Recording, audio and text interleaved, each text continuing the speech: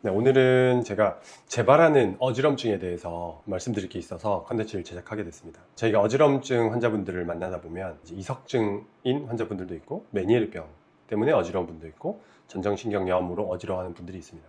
오늘 제가 말씀드릴 거는 재발하는 이석증에 대해서 말씀을 드려볼까 합니다. 우선 이석증은 달팽이관 안에 이석이라고 하는 결석이 있는데 그게 이제 제 자리에 딱 자리를 잡고 있어야 되는데 세반고리관 쪽으로 이제 그 돌이 이탈을 해서 머리를 움직이거나 자세를 바뀔 때 어지럼증이 유발되는 특징적인 질환입니다. 이게 이제 다른 어지럼증이랑 굉장히 감별하기가 어떻게 보면 간단한데요. 가만히 있을 때 괜찮다가 특정한 방향으로 돌아 누울 때라든지 누웠다가 일어날 때라든지 이럴 때 빙글빙글 도는 양상의 어지럼증이 생기면 이석증인 경우가 많습니다. 이석증은 돌이 빠진 것이기 때문에 머리를 돌려서 돌을 제자리로 위치시켜주는 이석 정복술이 주된 치료고요. 사실은 이석증 자체는 약물로서 치료하는 것이 아니라 이제 이석 정복술로 치료를 하게 되는 것입니다.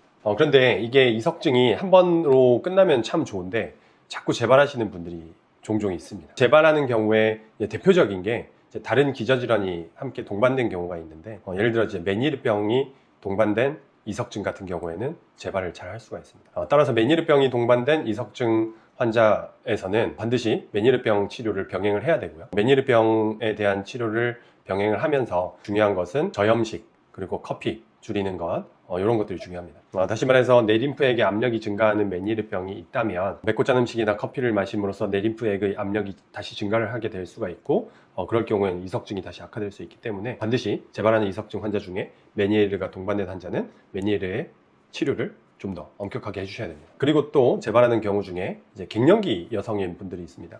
이제 갱년기 여성분들에게서는 에스트로겐 호르몬 수치가 낮아지죠. 에스트로겐 호르몬 수치가 낮아지면은 이제 안면 홍조라든지 이런 증상들이 갱년기 증상들이 나타나는 것도 특징인데 또 하나는 에스트로겐 수치가 낮아지면 이석증의 재발률이 높아질 수가 있습니다. 에스트로겐은 이 호르몬은 체내 칼슘 대사를 조절하는 데 핵심적인 역할을 하는데요. 가령 저희가 갱년기 여성분들에게 골다공증이 잘 생긴다라는 얘기를 많이 들어보시잖아요. 쉽게 말해서 우리 뼈에 있는 칼슘 성분들이 잘 빠져나가는 겁니다.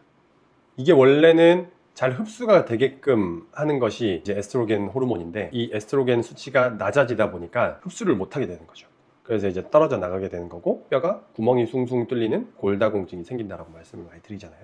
근데 이게 이석증과 어떤 연관이 있냐? 이석증은 달팽이관 안에 존재하는 결석입니다. 탄산칼슘 결석인데 칼슘 흡수가 안 되니까 결석 자체가 부스러기처럼 쉽게 떨어져 나오는 거죠. 그래서 만약에 갱년기 여성분들 중에서 이석증이 자꾸 재발한다 라고 한다면 반드시 산부인과와 협진을 통해서 이 갱년기 호르몬 치료를 같이 병행을 해주면 좋겠고요. 갱년기 호르몬 치료가 조금 어려운 상황이다 하면은 비타민 D와 칼슘을 잘 보충을 해주는 게 좋습니다. 비타민 D 같은 경우에는 이석을 잡아주는 단백질 합성의 역할도 하게 됩니다.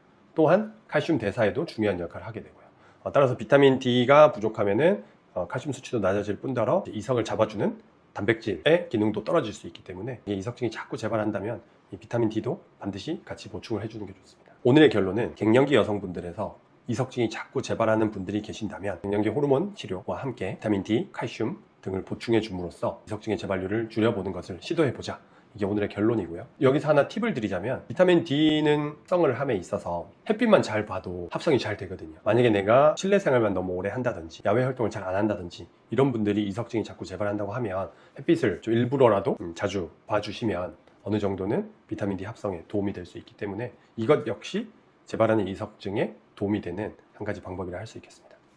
그래서 오늘 말씀드린 내용들을 잘 좀 염두에 두셨다가 만약에 내 주변에서 이석증은 보통 한 번, 두 번 치료하면 낫는다던데 내 친구는, 내 가족은 계속 재발해요. 이런 분들이 있다면 꼭 이 내용 공유하셔가지고 건강하고 어지럼증이 없는 삶을 누리실 수 있도록 그런 날이 오도록 노력해 보면 좋겠습니다.